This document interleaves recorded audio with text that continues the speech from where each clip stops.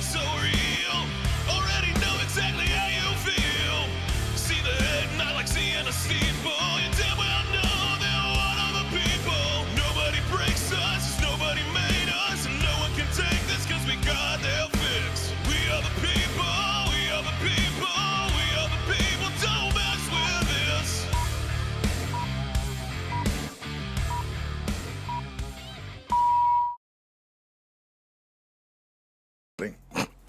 Looks like I'm co-hosting in a different way today. Ladies and gentlemen, the patron saint of anger. That's great, man. That's fantastic. I love it. No, this is We'll great. just do that with the whole show that way today. No, that's fine. Yeah, Brad said, morning, I need some news I could use. KRK was whacked this morning. What's up, T-Mac? How you doing? I told you, man, have mistress? a good show. No, it's fantastic. I love it. I do. Such a jerk of a friend, man. I am. I'm an amazing friend, aren't I? Yeah. Thanks so much for the support. That clip was so good yesterday. I'm glad you shared it. It was still hilarious to me. Hang on, I'll fix I'm it so everybody can actually see you. Well, I mean, I'm sure they enjoy that. I mean, that is an angelic photo. It kind of represents me, don't you think? Said I love the St. Patrick picture. Bishop Beam. That's right, Brad. That's exactly right. What's up, little doggy? There you go. Oh, look at that. That worked out all right, didn't it? That's great, man. I know. I appreciate it. I always appreciate a good stunt like that. Did you? You never know where else it may pop up at today. Later. Just letting you know. Later in the day, did you burp up a little bit? Oh, dude, man, that was. Was it still bad, or was it kind of over when you left? I think the I don't know what you want to call it, tossing, whatever, the flip-flops that the stomach was doing finally ended about noon. No. I did go right to the come and go and grab something quick to eat because I was like, dude, I gotta get something to just dry this up. Yeah. Yeah, man. That was rough. Yeah, it was rough. Yeah, no, I was surprised at just how special that was. It almost ruined Mountain Dew for me, man. Like I went to go grab that Mountain Dew this morning, and I was like, you got a little a little flashback. See, I'm trying to help you save your own life. That's what I'm doing. This morning we have Clip and Susan coming in, Yes, and sir. I'm very excited about it because they were inadvertent victims of the show that went to nowhere. Yeah.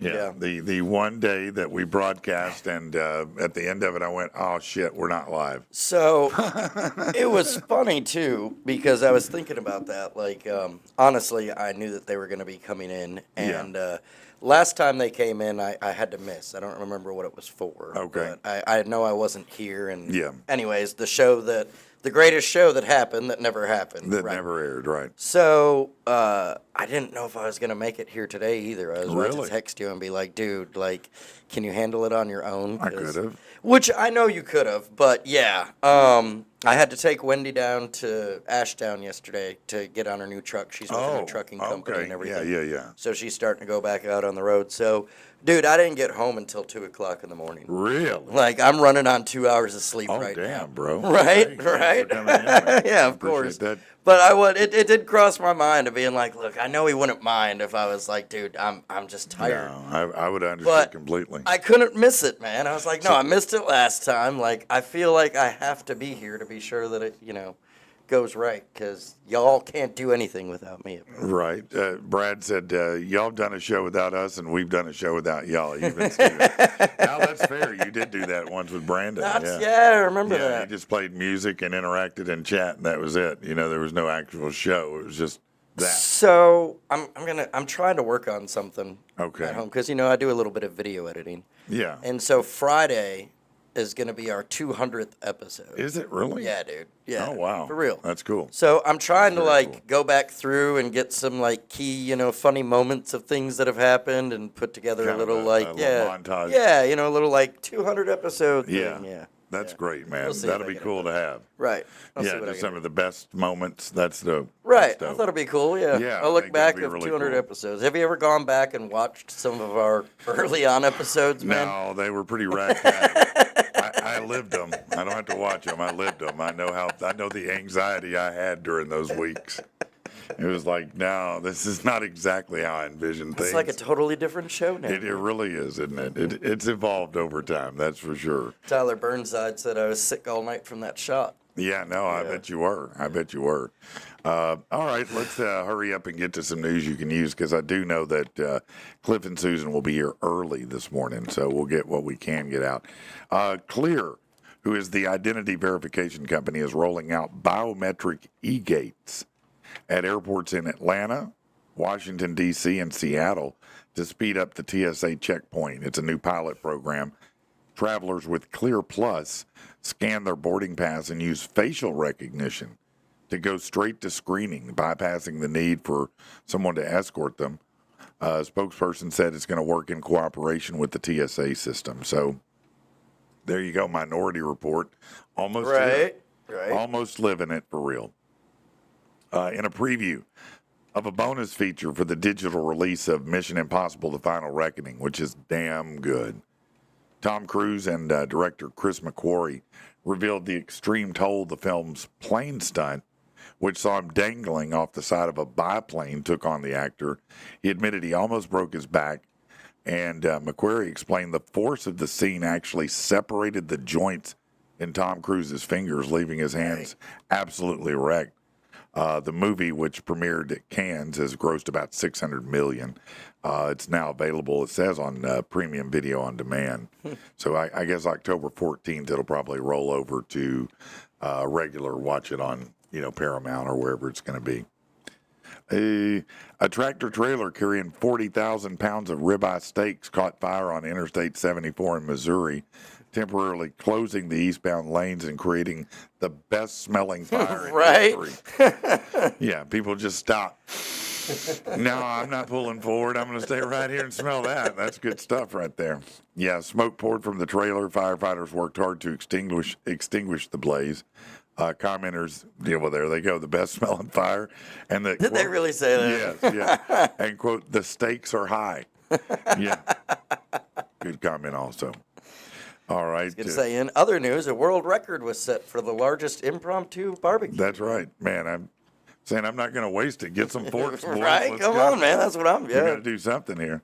Novo Nordisk will now offer a month's supply of Ozempic for $499 to people paying without insurance. Dave Moore, Executive Vice President of Novo Nordisk, said, while Ozempic's well covered in the U.S., let's not forget some patients pay out of pocket.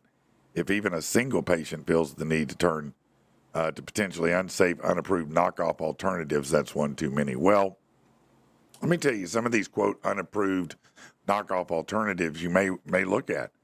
I'll tell you what I've been looking at lately, and I've got a couple of my friends who are very, who have been doing it for some time and have seen benefits, and that's from peptides. Oh, yeah? Yeah, you can order those online, and lots of them offer different things. Like the one that I'm, here, let's see if I can pull it up real quick because I don't want to lie to you. Tell you what it is. BPC 157 is one that I'm getting ready to order, and that is something that promotes and improves joint health. Oh, okay. Yeah, so it kind of counteract my psoriatic arthritis, but it improves joint health, regrowth, and all of that. Peptides are quickly becoming something a lot of people are looking at because you can buy them online. You can dose it yourself.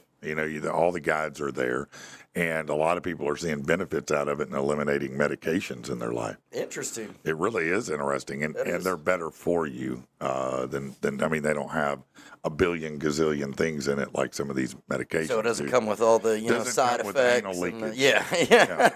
You don't have to worry about anal leakage with it. You did yesterday, but yeah, dude, the bathroom was definitely my friend.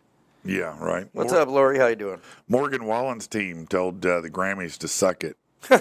Reportedly, he's decided not to submit his album, I'm the Problem, or any of its 37 songs for Grammy consideration. Seemingly, it extends to all categories, best country, songwriting, everything. The album had already produced multiple hits. Despite Wallen's commercial success, his only Grammy nomination even comes from a collaboration with Post Malone. The Grammys are February 1st of next year. We do know that one thing that is cool, Luke Shoemaker will be there. Yeah, He man. gets to go to the Grammys. I think that's really dope. Okay, let's. Okay, this is no. I will save that for later. We can use that one later. You don't What's up, care. David? You don't care. You don't care. Okay, we talked about it. Here you go. The Justice Department looking into whether police in D.C. altered crime numbers so they looked lower than they really were. A top U.S. Attorney's Office leading the investigation follows the placing of a police commander on paid leave in May over similar concerns, who denies messing with the numbers. President Trump had used lower crime figures to argue for taking over the city's police department and sending guard troops in. The mayor said the issue is limited and there were not many affected cases. It is true. They were skewing the numbers. They were altering numbers and making it look different. But factually speaking, the murder rate's way up, and it's a big problem. They have a lot of crime issues going on there, and it does need to be cleaned up. Yeah. So whether this is the right way to do it or not, I don't know. But, I don't know why anyone would protest the government taking over police departments with all the flack they've caught in the past 10 years. Who would be mad? I mean, you should be happy somebody's taking over, right? What's that, Murph? A Texas lawmaker. Nah, never mind. No, I stopped myself before I got ahead of it. Okay. Here you go. Tulsi Gabbard stripped security clearances from 37 current and former officials, including some from the previous administration. Said individuals politicized intelligence relating to the Russia election assessment.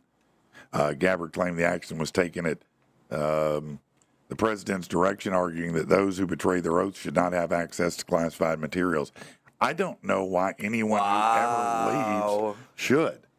Why, when you leave the government, should you ever be allowed to have access to classified documents? I have no idea. I don't care what your clearance level was. Once you're gone, in my opinion. If you don't work for them anymore, you don't need. What do you need access for? I mean, tell me. I want to know. How would some of these whistleblower things get blown open? Because, clearly you're not going to do it while you're there. No, but I'm saying the access to, these people who were in previous administrations, people from 20, 30 years back have access. I get what you're saying, but that's exactly what I'm saying. Like, hey, sometimes, Maybe look, you're if you're going to wait that 20 years or whatever before, blowing the whistle because you need to collect your, and get all your things in order. Because, come on, it's not like the government's a big fan of people, exposing secrets about it. No, that is, that's true to some extent. That is true. All right, let's see what else we've got here.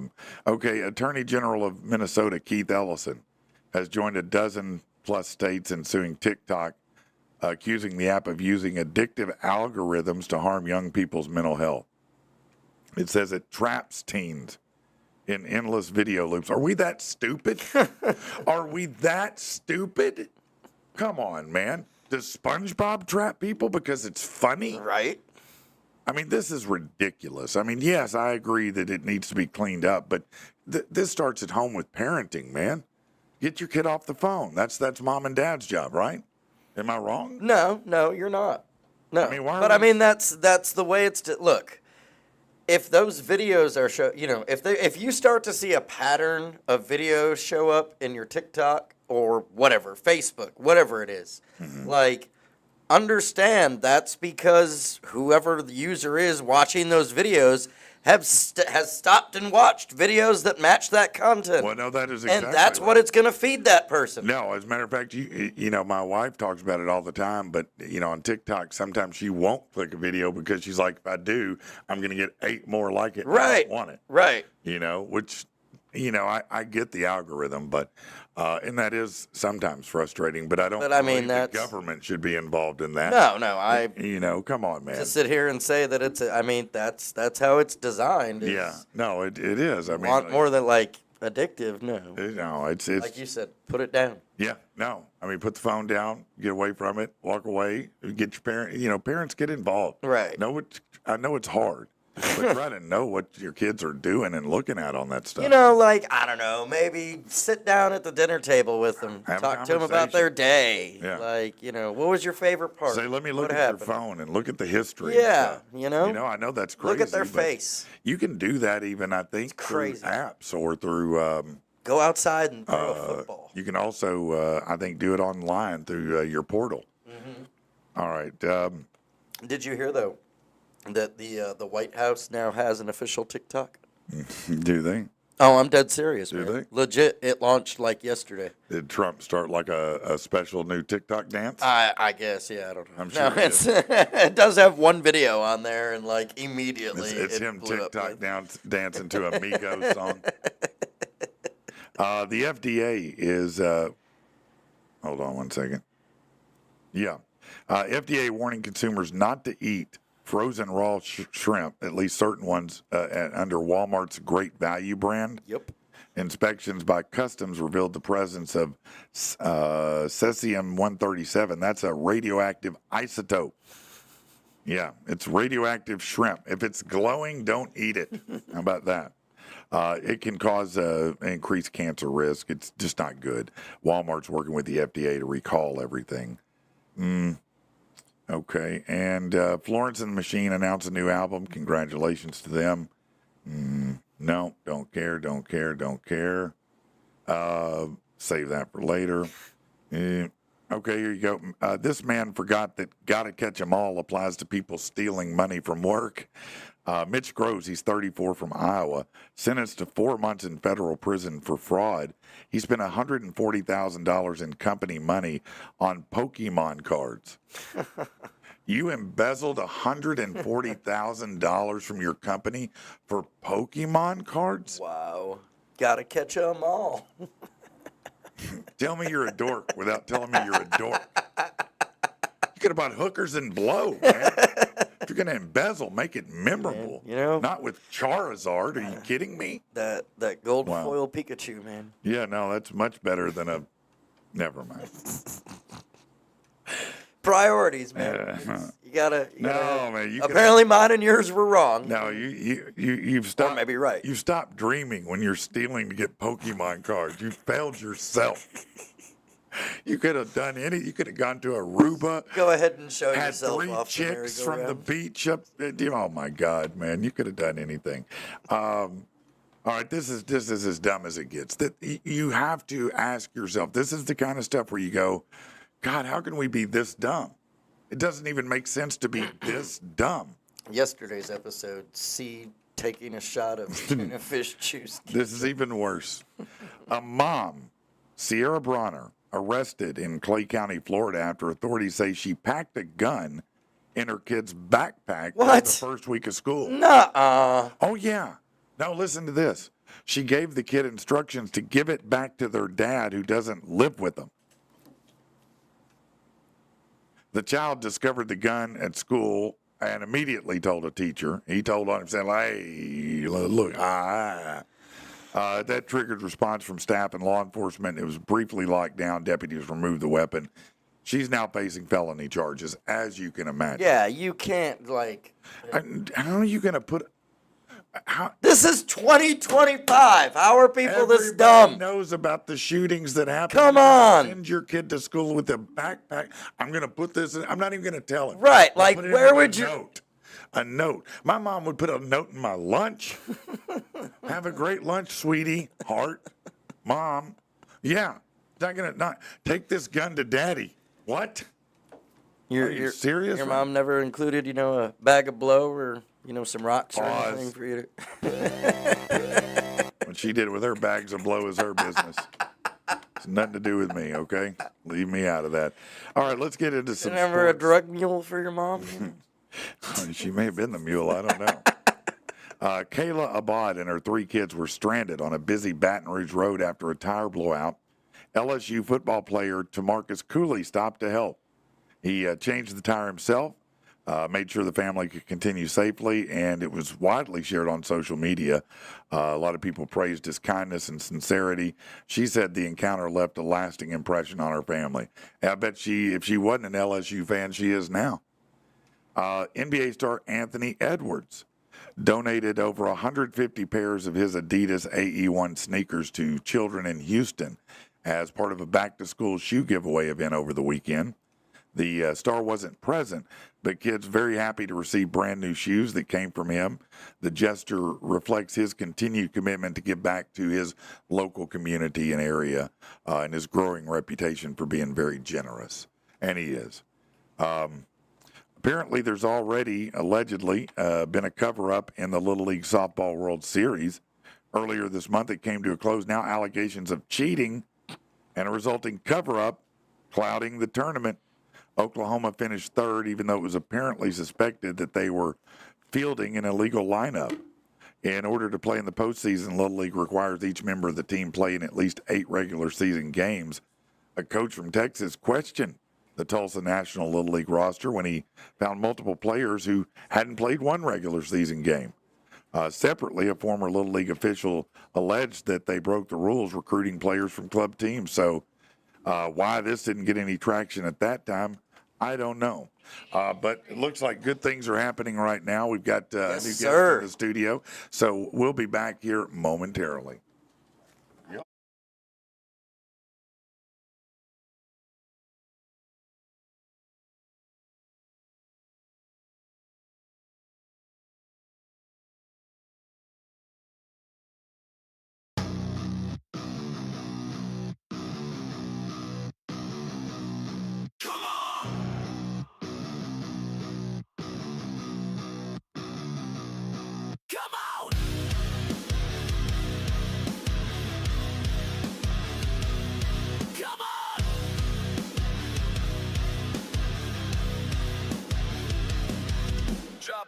Is it rock? Is it rap? Who gives a shit? Long as it slaps. Just turn the knob to the right and crank up the volume. Go ahead, blow it up just like you did your bathroom. No, he didn't. Beats bumping like they're on cocaine. Speakers make the windows wobble. I see it's all up in your brain and moving like a bobble. This is the new shit. It's got the truth in it. Mix it up, let's do shit. When you don't give two shits, let me brew this. Because I do this. Don't misconstrue this. I took the rock game and ran a coupe shit. El Presidente. But in other news, rolling through the barrio and yeah, rolling nice and slow cause I'm bumping my own song. Shorty on the street yelled it straight fires the bomb. Hey, yo, that shorty was your mom. Left her standing there with the sweater puppies popping. I got shit to do today and more beats to be dropping. Sliding to the studio, mashing out new bangers. Only fire, top shelf ammo won't catch me firing blankers.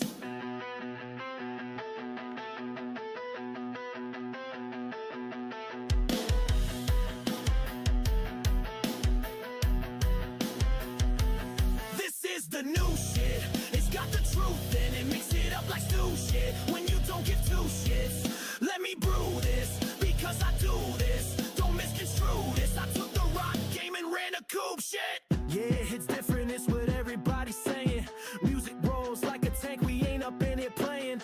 Homie hanging at the board, catching blunts on parade. But you know when I hit record, lock it down, it's getting played. Spliff o'clock later, mixing up the track. Just roll my last data. Think I'll call your mom back.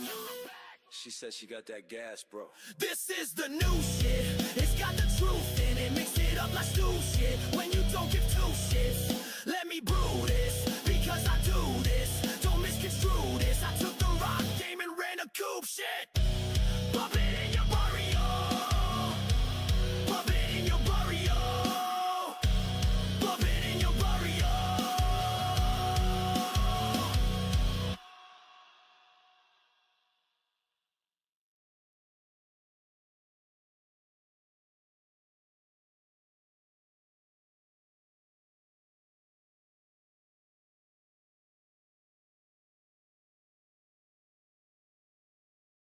Sorry, we were getting everything all set up here and doing our thing. Hold on here. Let's change up some angles.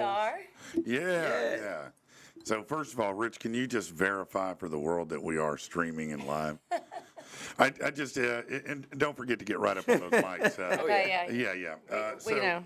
Cliff and Susan were victims of the show that aired to no one. I was so happy to have them in the studio that day. Rich had met them by chance, and it worked out really well. And they came in the studio, just actually a phenomenal interview.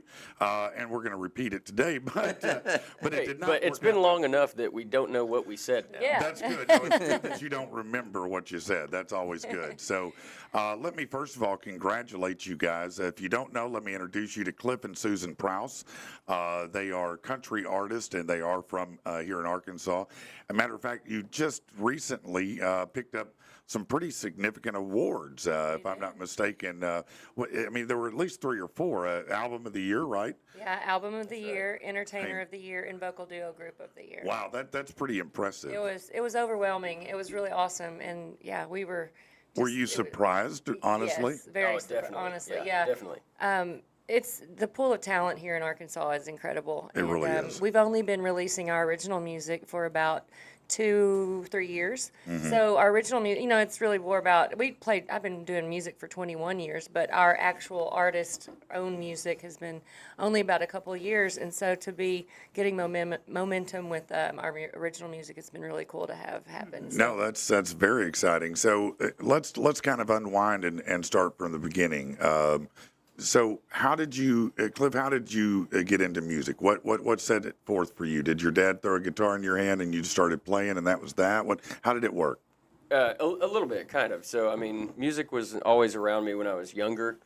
My dad did play guitar. Oh, okay. And my grandpa had some instruments around, so it was always something that I was drawn to from a very young age. And I picked up drums first. Mm-hmm. I think every kid wants to just beat on pots and pans. Absolutely. When they were kids. So that, but I actually had some rhythm, so they were like, maybe we should get him a drum set. So I did that, picked up a lot of instruments along the way. Did they regret that, by the way? No, actually. Okay, that's good. Somehow they didn't. I don't know how they didn't tear their hair out, but they let me do it. And picked up fiddle at about 9 or 10 years old. Wow. And then just kept adding on to that. Would you describe, or would people, let's say that, would people describe you as a musical prodigy? I hope not, but Yes. You see her nodding? Yes, Yeah. he's the most humble. He's always practicing and wanting to get better, but his ability to hear music and immediately replicate that on an instrument, even if it's a new instrument, it just takes him a minute to find where everything needs to go. The placement, yeah. And then he just, he was born with a very, very special. I more so like to call it, I was bored with a purpose. Yeah. When I had nothing to do, I'd had music. Yeah, so you had a passion for it. And so, when did you first get into, I'm going to do something for real with this?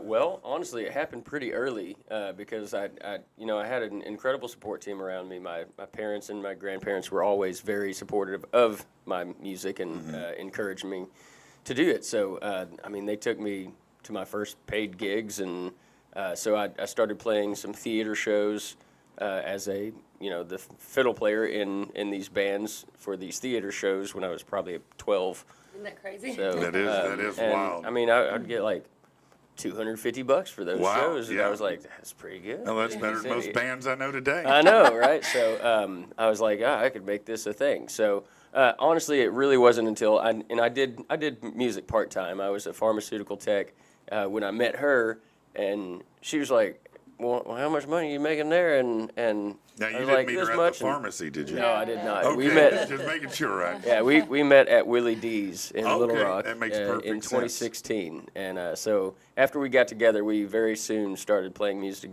together full time. Now, when you met at Willie D's, and I want to hear your backstory Sure, too, yeah. but were you both musicians at that time? So you were at rival pianos? Well, I did not play piano Okay. at the time. I played some piano, but I was not a piano player. I was just the auxiliary player. So I played Okay. guitar or drums or fiddle or bass. I would Okay. just kind of move around. Just whatever they was needed, me. yeah. Okay. He had me at the Purple Rain solo on That'll guitar. do it. Yeah, if you can play a Prince solo, he's probably one of the most underrated guitarists of all time. People, a lot of times you talk about the best, greatest guitarist ever, and people will forget to bring him up, man. What an amazing performer. So what about yourself, Susan? How did music Where did it start in your life? How did you get on that journey? Yeah, well, I started when in church, and my mother is still the church piano player after Oh, that's cool. 40-something years in little church in Magnet Cove, Arkansas. I grew up there. Know where that is? Yeah, Magnet Cove. And yeah, I saw her playing and singing, and I wanted to play like her. And so I asked for lessons about 6 years old. She started trying to give me lessons, and we were about to pull each other's hair out. So she found a lady, Dorothy Johnson, in Hot Springs, and I would go weekly. For 10 years, I took classical piano lessons. Wow. And I always loved piano.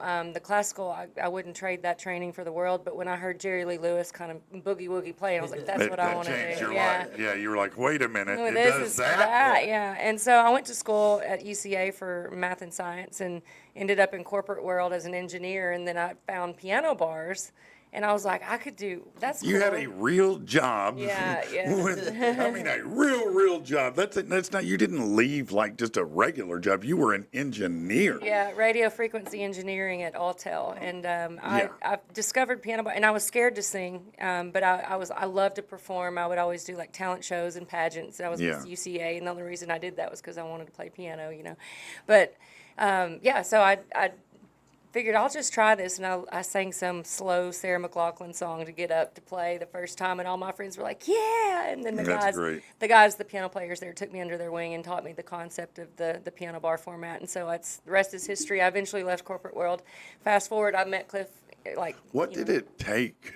I mean, look, you went to school, you got a degree, 2 degrees basically, and became an engineer. That is not a low-paying job.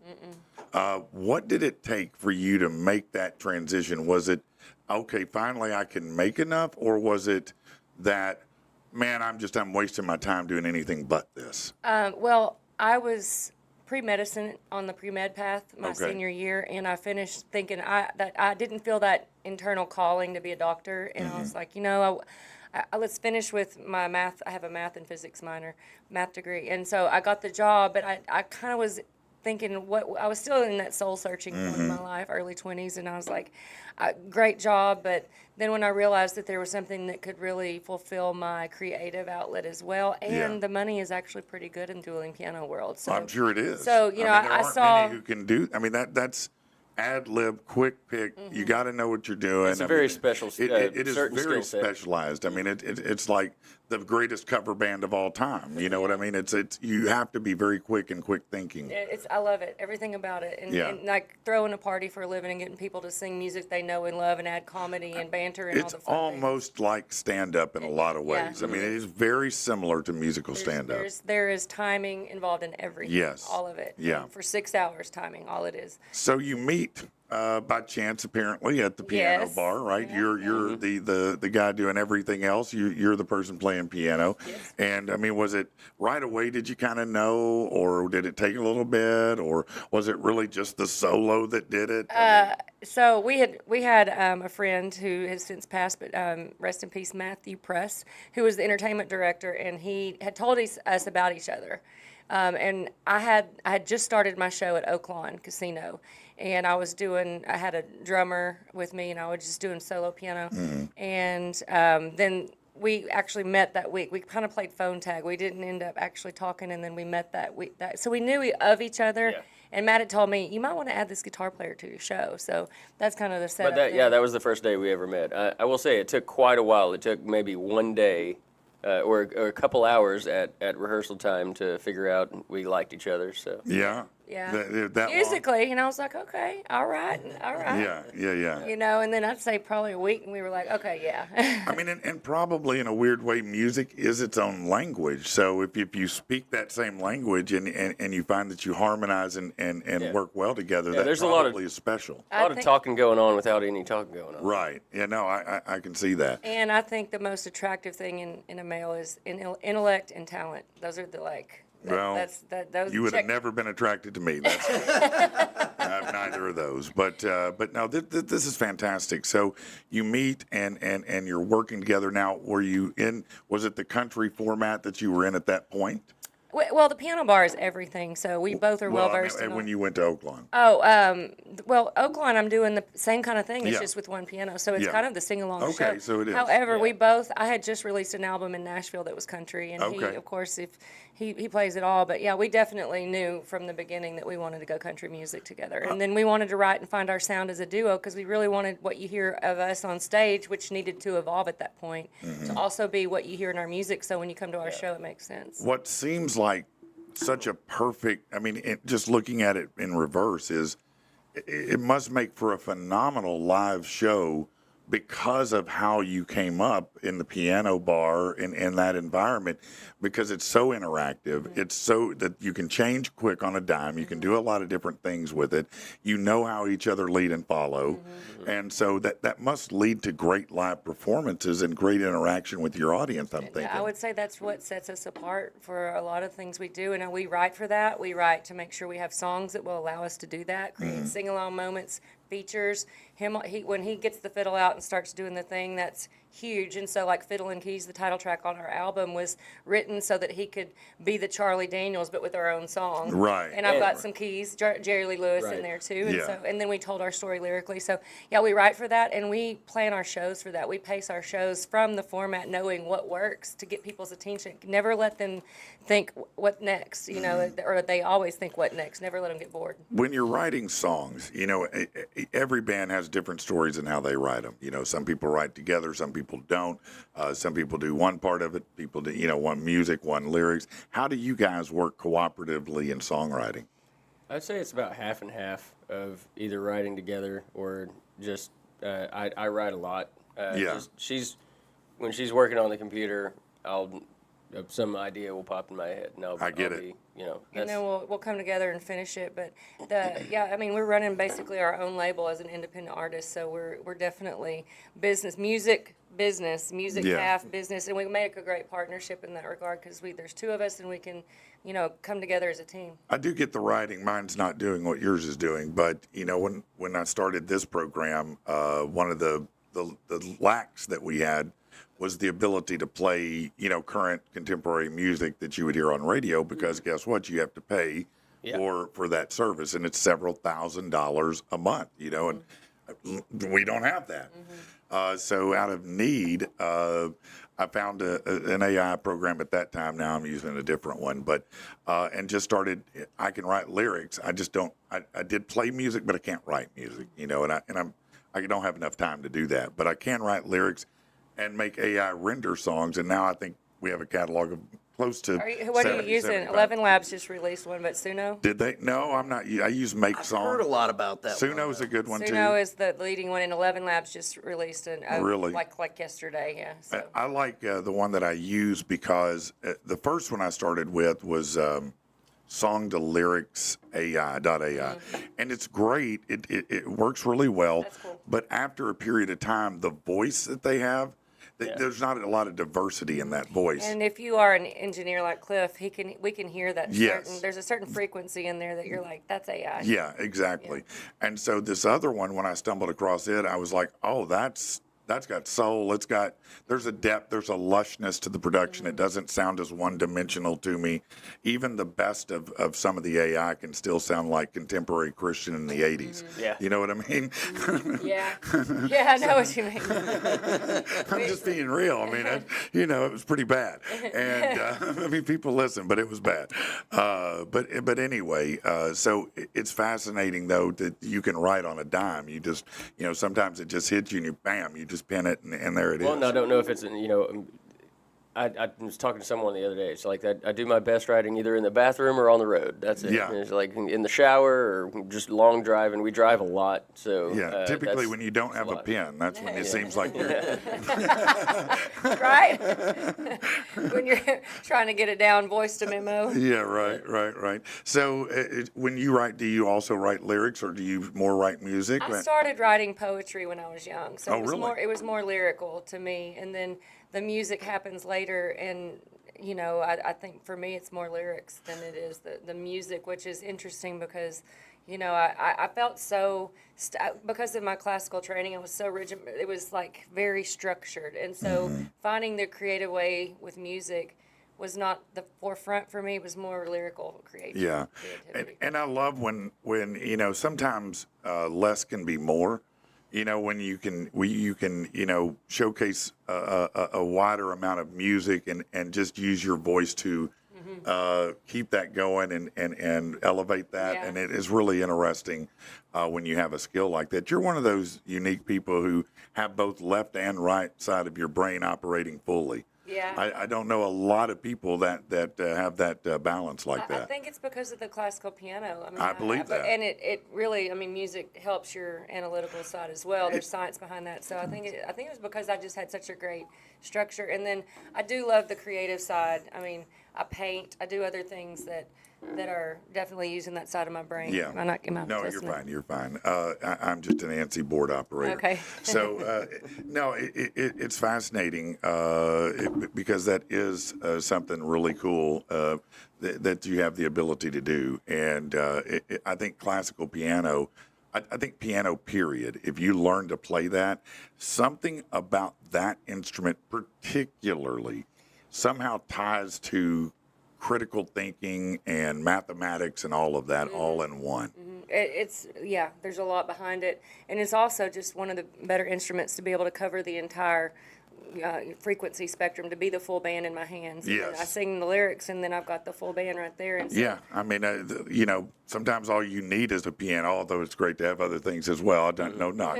But, I mean, you look at an Elton John, you look at an Alicia Keys, you look at a lot of, great piano artists who that's all they had at times. And so, yeah, I feel you on that.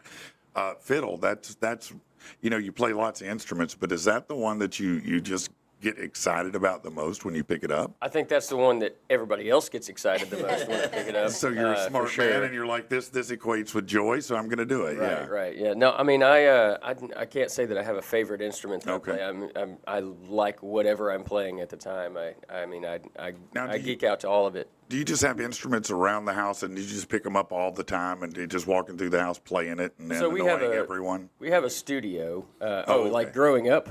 Well, just in general. Growing up, yes, I would annoy everyone. But we have a studio in home where we actually produced our album and and a lot of other people's music. And So you do production as well. Yeah. So I'm a mixing not engineer. That's amazing. We've got our console, a lot of outboard gear, and but instruments everywhere. I mean, I literally just bought another guitar just as we. Who is came home. who's a producer or a couple of producers people might recognize who you respect and admire? Well, I mean, there's a lot. Andy Wallace is a great one. Rick Rubin is Rubin's a legend, excellent, and somehow an interesting guy. He's somehow become Yoda on Yeah, I know, TikTok. right? I don't know how that happened, that he Yeah. went from producer to Yoda, but Yeah. that's how they I'm- seem to position I it. dig it, though. No, Yeah. it is Yeah, interesting. yeah. He's got a lot of wisdom to share. Colt. Yeah, Colt Caparoon is one that I followed, and we actually worked with him now, and so he was one that was like I guess a midpoint of you see all the legends, and then you have me, and then there's like somewhere in between. Colt is like he's like 10 years ahead of me, and those people are 10 years ahead of him. So it's like I that get you. midpoint. He's an excellent mixing engineer, and he's doing some really, really cool stuff with Atmos, which is a kind of the new format of sound recording. And Oh, really? it's basically 360-degree spatial audio. Oh, that's amazing. Yeah, that is really cool. cool. Very cool. Yeah, see, I was, my dumb self would say, Dr. Dre, I loved his production. Well, and me, I'm really thinking mixing engineers. I'm no, thinking more of the geeky you're, side. You're too smart for me. That's the problem. I think simply. I'm very rudimentary. So. You've hit this point now where all of a sudden there's some critical mass behind you. You're getting awards, you're getting airplay, you're getting articles from. I just saw an article a minute ago from Los Angeles that they're writing about you and talking about what you're doing and everything. Now what? What's next? Now that you've hit this point, where do you go from here? We get this a lot, and we also go, now what, you know? Yeah. So, but I think what we have landed on is just keep doing what we're doing and growing. Like, you know, a lot of artists, they start with their freshman album, and obviously we've got some recognition now, and we're excited about that. So we're looking at our sophomore album project. So we've got an 18-month plan. We kicked off a crowdfunding thing where people can buy in at different tier levels and help us fund that album. So that means we're going to do music videos, do all the publicity, the next level PR agency that can get us in the Rolling Stones and some of the more, you know, next level pubs, and then production work. All of it takes money, so we're being very methodical about our next level of financial investment in ourselves, and just keep doing writing, just keep putting out great music, and stay what we're doing. And I think the unknown is, will a label call or all that stuff? But at whatever we're doing, we're creating leverage. So if that happens for us, we have done a lot of it on our own. Well, and maybe sometimes it's better when the label doesn't call. You know, and I don't mean that to be funny. I mean, you look at a Post Malone, for example, who, you know, I mean, he just said, I'll just do it myself, and boom, you know, here he is. Sometimes, you know, it's better to get that power before the label calls, and I think you guys are right on that precipice, particularly with your engineering and production ability. I mean, honestly, the only thing a label can do for you is push it out more. Yeah, and, They and put can't us on really do bigger anything else, stages. can And, they? yeah. Yeah, it's all the connections. Yeah. I mean, the labels have incredible connections with Sure. who you need to know. The publicist is a very good. You know, we need a better. You know, like a Nashville publicist would help us to get in the right places. Like we've worked with a great publicist in the past. Yeah. On a local level, and I feel like we could step up that game. I probably asked you this question last time you were here. Please forgive me. Oh, it doesn't matter. It didn't happen. That's right. Fair enough. You know what you mean. Are you familiar with Luke Shoemaker? I guess. The name, yes. Yeah. He's an Arkansas artist. Yeah, I was about to say, yeah. Yeah, and he's in Nashville now. And now he's a rock and roll guy, but he is also a big time writer, and he's in on a lot of writing and stuff that goes on there. But it may be helpful to connect you guys up because he's like you guys. He's just a good human being, you know, who wants to make music and have fun and live a great life and try to help other people. Yeah. He's that guy. You know, yeah. he's one of those people that sometimes you meet people and you just know their energy. You're like, you're going to do something good's happening in your cool, life yeah, because yeah. of that energy. You know, Yeah. he's that guy. Cool. And so I'd love to connect y'all. If you don't mind, Sure. I'll Of try to course, send and a- I feel a like we're joint friends on message. Facebook. Yeah, and I know we're friends on Facebook. I feel Well, like you I've talked may to him be, about but- something. I on know. I was there. about to say. I think we talked. I had to about it. process the name, Yeah. Luke Yeah, Shoemaker, but for a I second. it up, and I I'll want tell to you. bridge it to a point because he does know those people Yeah. there, and he is working with labels, and he That's is doing some of those things. Sure. And I think that it might be a great cooperative. But Yeah. you're not even in the same musical lane, so it Doesn't doesn't matter. really matter. Oh, yeah, But- we're but you can abundance share a lot. mindset. If We you can look all at- win. Look That's at where country I- music today. I mean, there's No, it's 80s rock. yeah, it's everything. It's all of it. It really is. You know, it's fascinating because I look at the chronology of music, and I'm a student of music in a lot of ways as far as how it informs us and how it moves through different evolutions and styles and everything. And you look at rock from the 80s and forward, and it got bigger and bigger and bigger until it didn't. And it just got so aggressive and so hard, and the mainstream got so just, you know, a lot of that.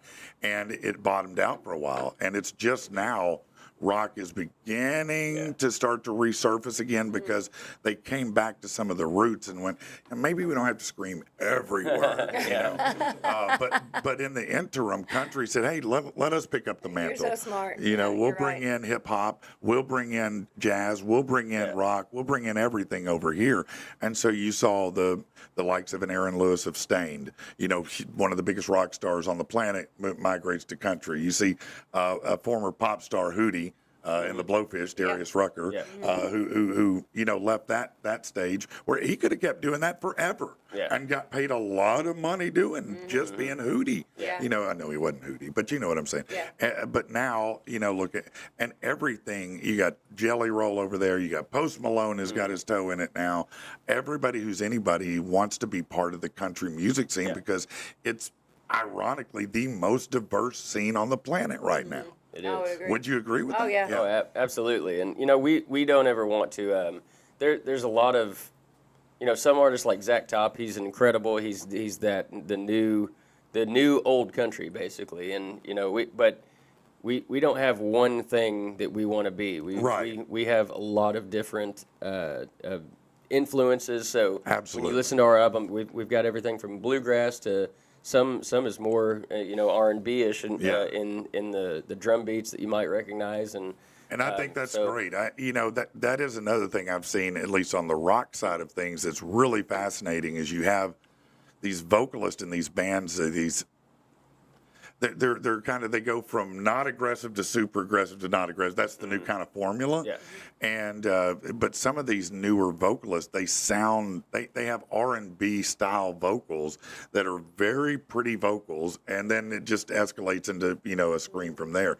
And so it's a real fascinating thing to start seeing these things come together like that. And I think it's great that you're already leveraging those kind of beats and that kind of rhythm and working with those things. That's awesome, man, that you're so diverse. I see somebody saying a lot of posers in country these days. I think it's like, I'm like, if we're talking about country music, then we're doing something, Yeah. And so a lot of people come over. I know there was a big thing about Beyonce, and was that really country? And I mean, I think that's Beyonce's take on country. Right. Yeah, I don't think Beyonce has declared herself now to be the country and western artist. I think that she did. Look, she's done enough albums that if that's what she wants to do, because how many times have you seen a rock artist who's been in Rock River want to do a country album? Yeah. Look at matter of fact, Kid Rock changed his whole MO. I mean, he came out as rap, became rock, and then now it's country, more or less. So everybody takes journeys and does different things. I hear what he's saying on posers, but I think there are posers in all, quote unquote, in all genres, so to speak. I think people just want to try to do different music because it's what they grew up hearing, and it excites them to try to do it. Like, maybe I can make a song like that kids want to dance to, or, every hard rock star still wants to make a pop song. Yeah. Everybody wants to make a hit pop song that's in the top 10 of the Billboard charts. Right. And, anybody can call us whatever they want, but we know that we grew up, genuinely country. No, you can't grow up here and almost not be. Right? So I don't think anybody can actually call us posers legitimately. So right. No, he wasn't calling us. No, he wasn't. I know that, but I'm saying we are always open to collaborating and getting out in more and more audiences. That's what we do every day. We don't just play country in all of our cover shows. We have a lot of different influences, or a lot of different spaces. You can hear us rap at our shows if you want to request a rap song. Yeah. We can. No, we do. Can we get a freestyle right now? No, don't do that to him. Don't do that. No, nobody needs that today. Don't do that. It's too early in the morning for that. I would have done Fresh Prince. We know what it was. Nobody freestyles at 7:20. Okay, it's not going to happen. But yeah, no. A shot of what I had yesterday. I'll be freestyling something. Yeah, they Dr. would. Pepper. So tell me then, if people want to find out more about your music and how to follow you and to share your journey and be part of this, how do they do it? What's the best way? Yeah, so wherever, I think most of us have a platform where we're probably on mostly. Some people are on Facebook, Instagram, TikTok. We're on all of it. So go to Cliff and Susan, you'll find us. We do have a website, cliffandsusan.live. On Spotify, we'd love for y'all to give us a follow and listen to our music on Spotify. That helps our numbers, and the optics out there are really important. So those are the main things. And check our calendar on our website. We'd love to see everybody at a venue. So, do you have an upcoming show in this area that you could tell people about? Well, we do. Oh, well, there you Tonight. go. Tonight. As timely Now as tonight is in Malvern. Yeah, at the That's Malvern okay. Country Club from 6 to 9 at Bogies, and we're going to be out there. We'll be doing. We do a mix of shows. We do our duo show, and we have a drum machine. We sound like a full band, and that's what we'll be doing tonight at Bogies. But then we've got this weekend. We'll be at Oaklawn with our full band, 9 to 1 on Friday and Saturday in Pop's Lounge. So that'll be a full band. So we do a mix of. Sometimes we just have a drummer, so there's a trio look. And is it Sunday?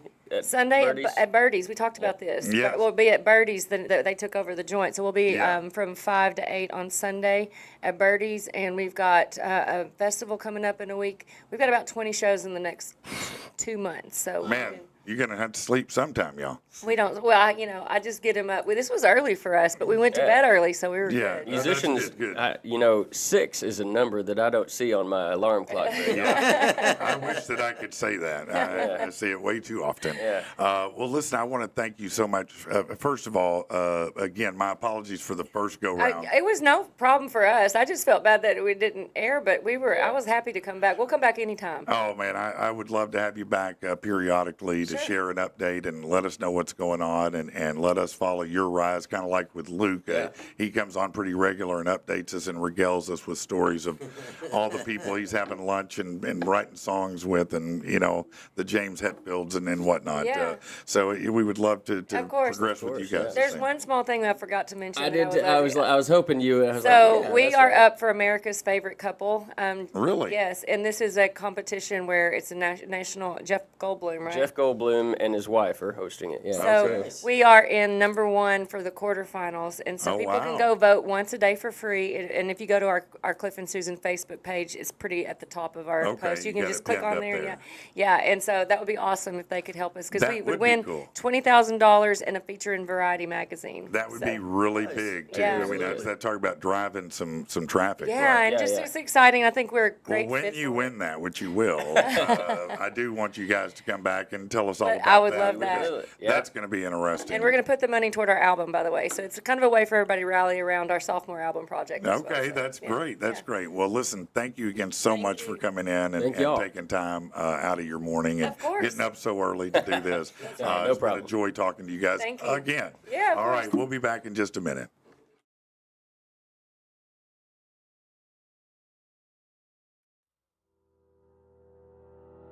You quietly light your own fires, grinning as you slink away, slashing all your own tires, bitching 'cause you gotta stay.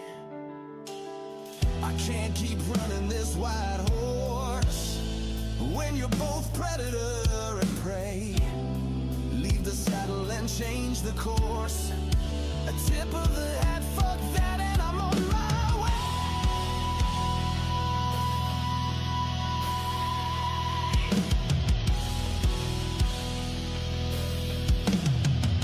I'm headed up a mountain where I can breathe. Gonna stand in a place that makes me believe you may be gone, but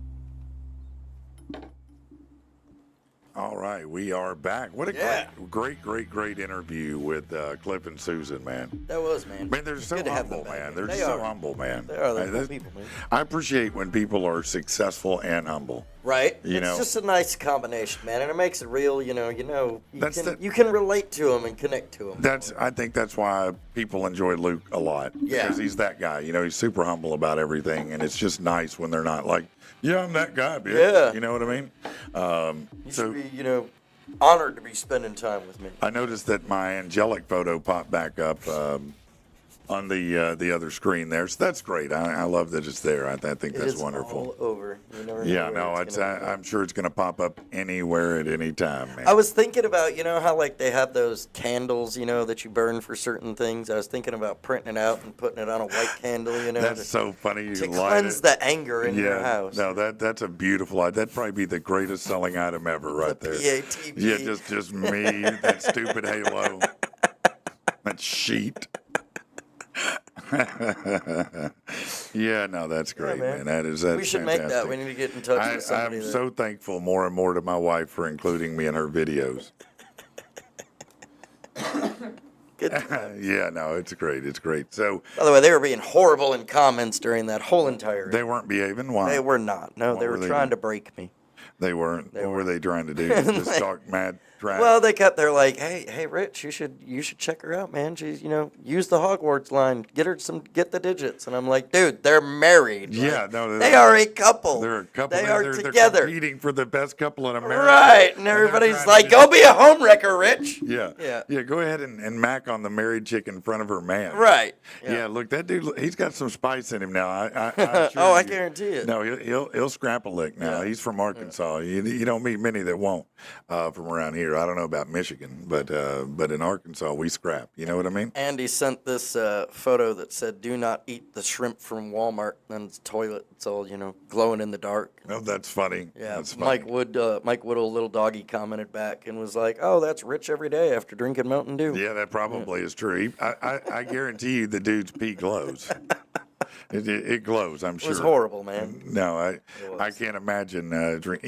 It's funny too, and I hate talking about this, but I kind of don't. Which is sometimes things you eat or drink can cause your pee to be different. Yeah. Like if you drink a cappuccino Slim Fast, Yeah. when you pee, it'll smell like Starbucks. Oh yeah.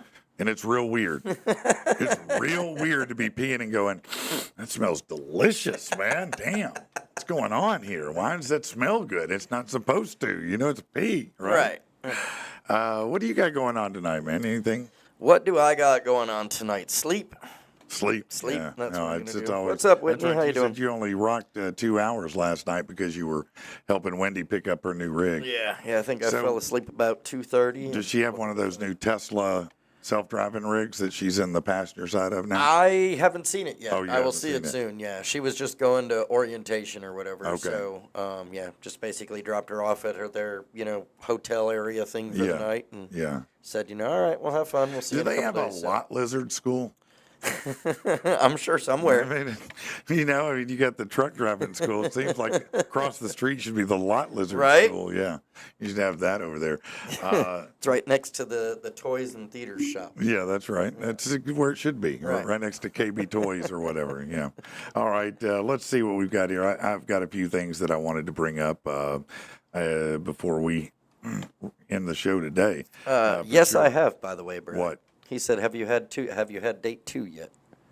Date what? Date 2. Remember, I had a date last weekend. Oh yeah, that's right. You yeah, did. we did. We had another one. Yeah. Did you? We hung out. Yeah. Well, I mean, how did it go? I mean, it went great, man. It was fun. We went bowling. You went bowling. Yep. We Yeah. went bowling out there in Cabot. And how did you both do in bowling? By the way? Dude, I was impressed. I'm not gonna lie. She was keeping up, and it was pin for pin there for a Are minute. you a And, decent bowler? Not bad. I mean, I would say I'm not bad. What do you think your normal score might be roughly? It usually takes like a couple games to get warmed up. Sure, When I'm in the sure. zone or whatever, I'm usually anywhere between like a 120 to 150. Okay. Yeah. Okay, so you up there throwing a few good ones. Yeah, I like I can that. usually like get a few that. strikes. Yeah. No, that's awesome, man. So she was toe for toe with you. Yeah, she was keeping up. It was in a nice little competitive energy there, and I Yeah. was like, okay, I Yeah. can. Now, did you eat while you were at the bowling alley? Did you have bowling alley food for dinner? We did, yeah. Yeah, that was dinner. Yeah. Yeah. Did you splurge and get her the big drink or the nachos or Oh, anything? man, come on, you gotta take it easy. Okay, You I just got you. open up the bank account. No, I get it. You just don't want to open up the piggy bank. And go, yeah. Go ahead and load up those nachos for her. Now, I'll start with the basic and give her jalapenos. That's it. Yeah. No, we split a what was it? It was like a mountain fry thing they call it or something. Yeah. And it was fries with ranch and bacon Oh, and yeah. cheese on it. And That's good stuff. Yeah, Yeah. Did you have the little spaghetti thing at the end? Where you, Yeah, no. okay. No, we didn't go Yeah, cheesy. I got you. I understand. No, it was great though, man. So Had a lot of is fun. it- We're still, Tell me this: you've been single for quite a while now. I mean, by choice, Right. You know, you had a relationship that did not work out with your son's mom, right. and you have custody of your son, Right. and you're a single dad, Right. and you work honestly a lot. If I'm being honest, Yeah, all the time. Yep. and plus you relocated here. How long ago was it you got here? Well, I've been off and on in Arkansas since 2009, but Yeah. the last time was 2020. Okay. Was that when COVID was? Yes. Yeah. Okay. So you got here during COVID. Yeah. Basically. Yep. And so you couldn't date anybody for at least a couple years there. I'm sure you couldn't even talk to people. I'll be like I was in Michigan during that point when okay. everything shut down. I got you. You guys down here had opened everything back up pretty much while we okay. were still like it was like a whole different country up there. Yeah. Seriously. I believe it. And so when I came down, I was like, oh, life is back to normal. Okay. Oh, that's good. Yeah. That's good. And I think everybody just got tired of caring. But yeah. So where I was going with that was not to lay out the life No, story. no. but You're fine. I was going to ask that being single that long, yeah. something happens and people, it seems like after a while they become almost resistant to relationships. You know, it's hard to let go of that. I have full control of You're my not life. far Everything off, happens, man. right? Yeah. So is that something that you have to watch for? Is that something you are cognizant of? Is it just, it's just going to happen if it happens? You don't even think about it? I mean, how does that play into dating for you? I mean, yes, it is something that you're conscious of. Sorry, I was reading what the comments said there, Yeah. but yeah, I mean, even it's like I told her. I said, look, I'm cool dating. Let's get to know each other. Let's see what each other is about and everything. I said, I'm no way understand like you're gonna need to be patient before I'm ready for a relationship. Like, right now it's just two people hanging out.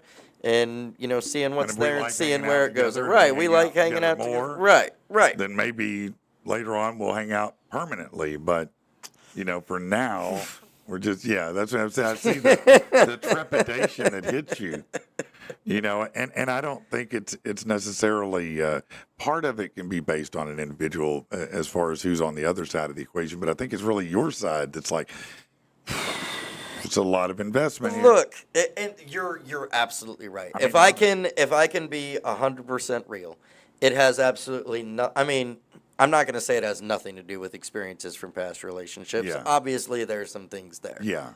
But 95% of it is exactly that. It's that I've been independent. And not only have I been independent and single, I have been blessed and grateful to be independent, single, full-time dad. Yeah.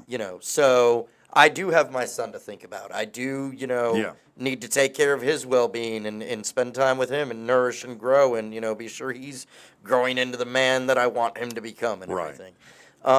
And you have a career that you're working on, which takes you away a lot. And I'll be honest, like, again, not that I'm not grateful for it, because I absolutely am. Grateful, blessed. I love all the support. People, like, I'm a humble guy at heart. People have no idea how much it means to me to hear, all the compliments. Yeah. And it's all, like, I've had to get used to accepting compliments. Yeah, it can be difficult at times. But on the flip side of that, like when you've come from one situation and you've had so much success growing on your own, Yeah. It's kind of a double-edged sword because you look back on it and you go, look, I clean the house. I wash the dishes. I fold the clothes. I cook the meals. I'm, organizing all the fun. This. Right. I've got this. What? Yeah. What do I really need somebody else for except to, not only that, I think in fairness, if you have a good relationship with someone and you're really interested and you're really pursuing that, then all of a sudden a lot of time is allotted to that human being. Right. And that's right. time that you're not using to, as you said, do the dishes, do clothes, or go announce or whatever it may be. Absolutely. Prep for whatever you're doing next. It because that person has an expectation. Right. That we're in a relationship and time is part of that we're going to share. I'm not just going to be here when you want. You know? It kind of goes two directions. You right? do have to. Yeah. That's been something And that so has that's bit me in hard the to ass, bridge. man. It is. Because I've literally had people that I've been interested in talking to, females, say, look, you're doing all this stuff. When are you ever going to have time for me? And I've very simply been like, you know what? You're right. Maybe See you I later. don't. Maybe I don't. Yeah, no, and that's what I'm saying is there's a certain period of time where it things change, Right. And single becomes a way of life, Right. and it's hard to change that way of life because it's become comfortable and known, and you have the most control Right. over your own life. Be honest, when you're single. Yeah. You You're do. not, you're not subject do. to anyone else's emotions, Right. anyone else's needs, anyone else's Thoughts and- daily things that drive you crazy. Right. You're just in charge of self, and in your case, your son. If I want to leave the toilet seat up, I You can don't- leave the doesn't toilet matter. seat up. It doesn't matter It's who's going to not- complain. not It's all inconsi- guys. It's not inconsiderate. Right. Yeah. Yeah. It's Yeah. If you want to throw something on the floor, no one's going to bitch because you're the one that's going to pick it up and put it in the Right. washer, right? I don't want to throw away my potato bag, chip bag, Yeah, It's, yeah. It's whatever you want to do, and that's a real powerful a real powerful, intoxicant. When you, It is. I mean, to be honest with you, isn't it? In a way. Really, I would say, so I've been single, I want to say like 4 years now, Yeah. at least. Mm-hmm. I think it was after year one that I was like year one being out on my own Did you in my own you broke up apartment. with that chick because she had COVID, What? right?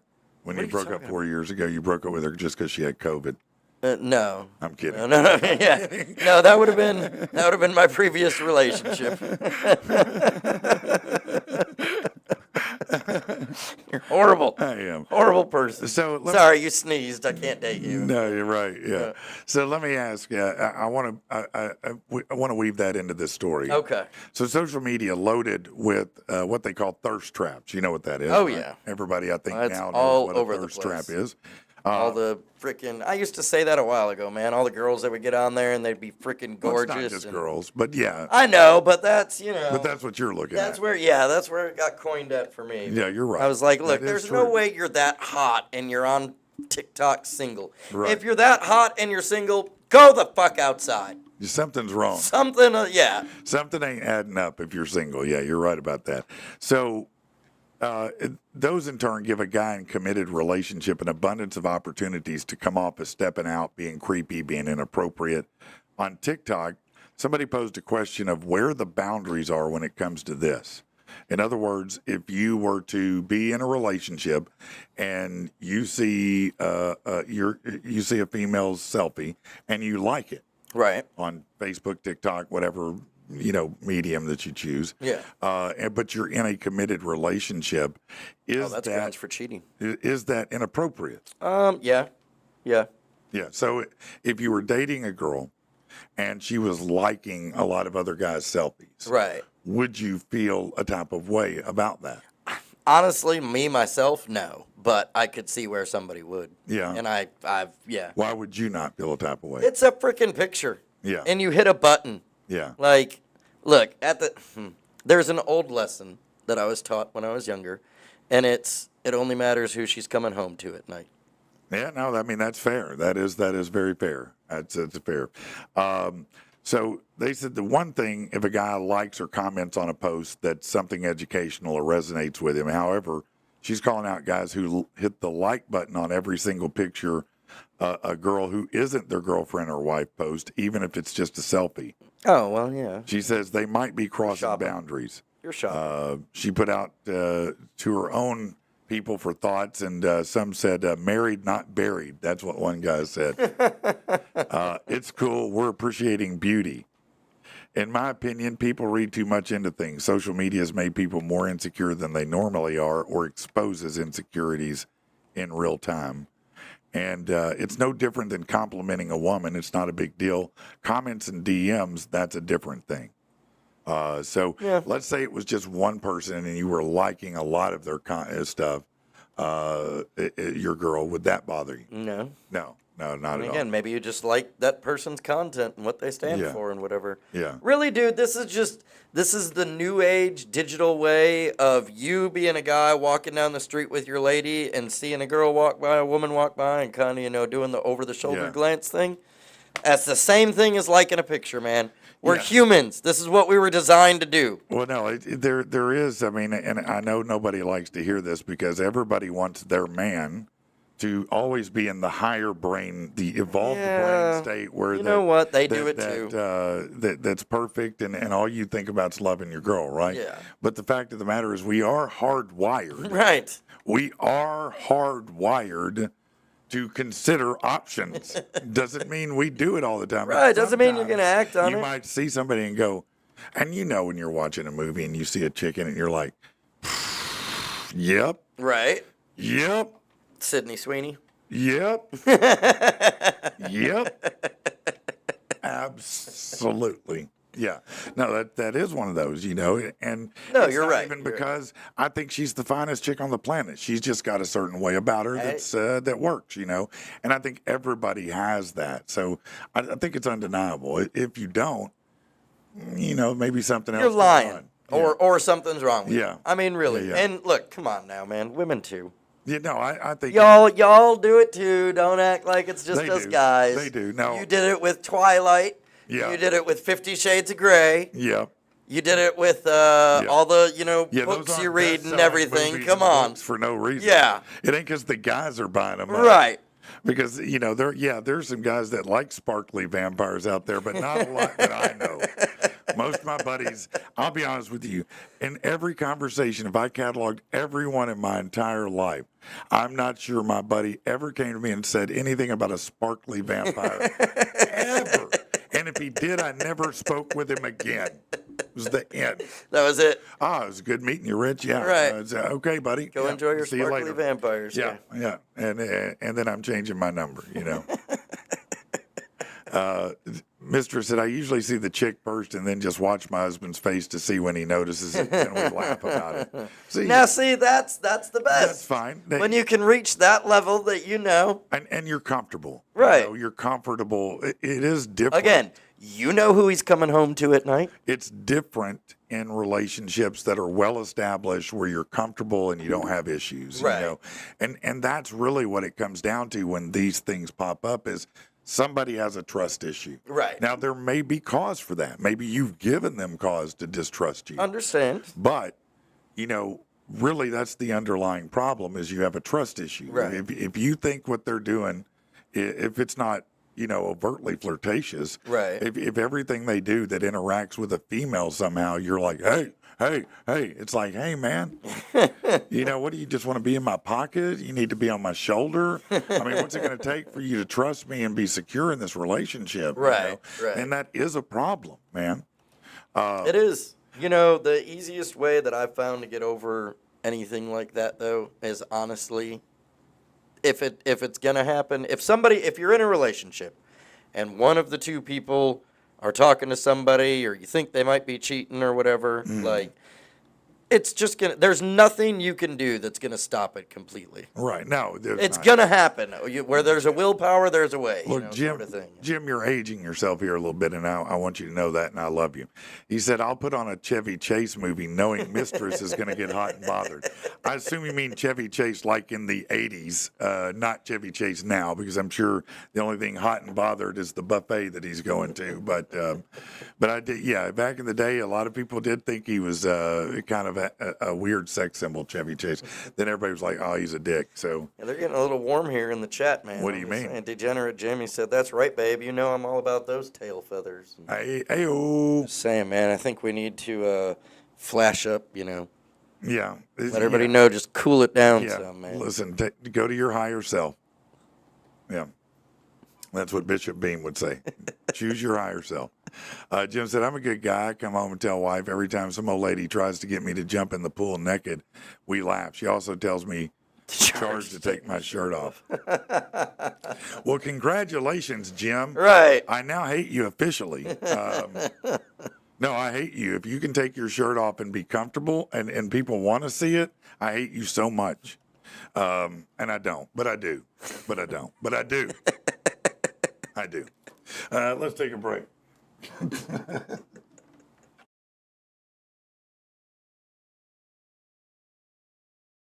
She don't give a damn what they're saying on the news. Pics from the private plane, looking at me with those blues. Her ass is filling out them jeans, so good should be illegal. Those patriotic curves hugged in American Eagle. She's my brand new obsession. Oh yeah, rub it like a genie. Ain't no doubt she's the one. Hey, there's Sydney Sweeney. Hey, there's Sydney Sweeney. Just saw her new Insta, blasting targets with a 9. Watching her popping caps, how could she get more fine? I just slid in her DM, hey Sid, love you in the Lotus. Could Netflix and chill it, just the two of us. She's my brand new obsession. Oh yeah, rub it like a genie. Ain't no doubt she's the one. Hey, that's Sydney Sweeney.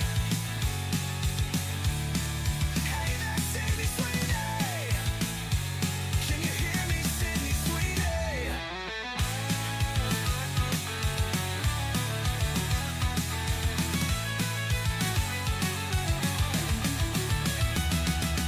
Might just pack up, head to California.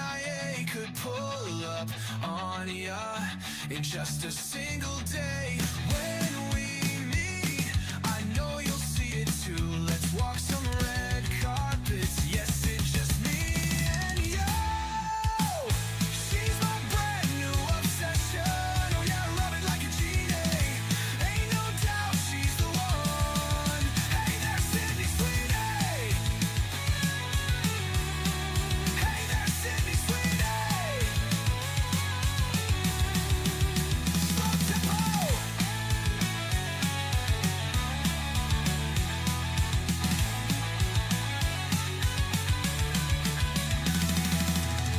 White Lotus euphoria, once upon a time in Hollywood. And even Madam Web, though it's not that good. In a video with the Rolling Stones, or just a commercial for jeans alone. Doesn't matter what role she plays, cause I'm gonna watch it anyway. She's my brand new obsession. Oh yeah, rub it like a genie. Ain't no doubt she's the one. Hey, there's Sydney Sweeney. Hey, there's Sydney Sweeney. Girl, could you just call me?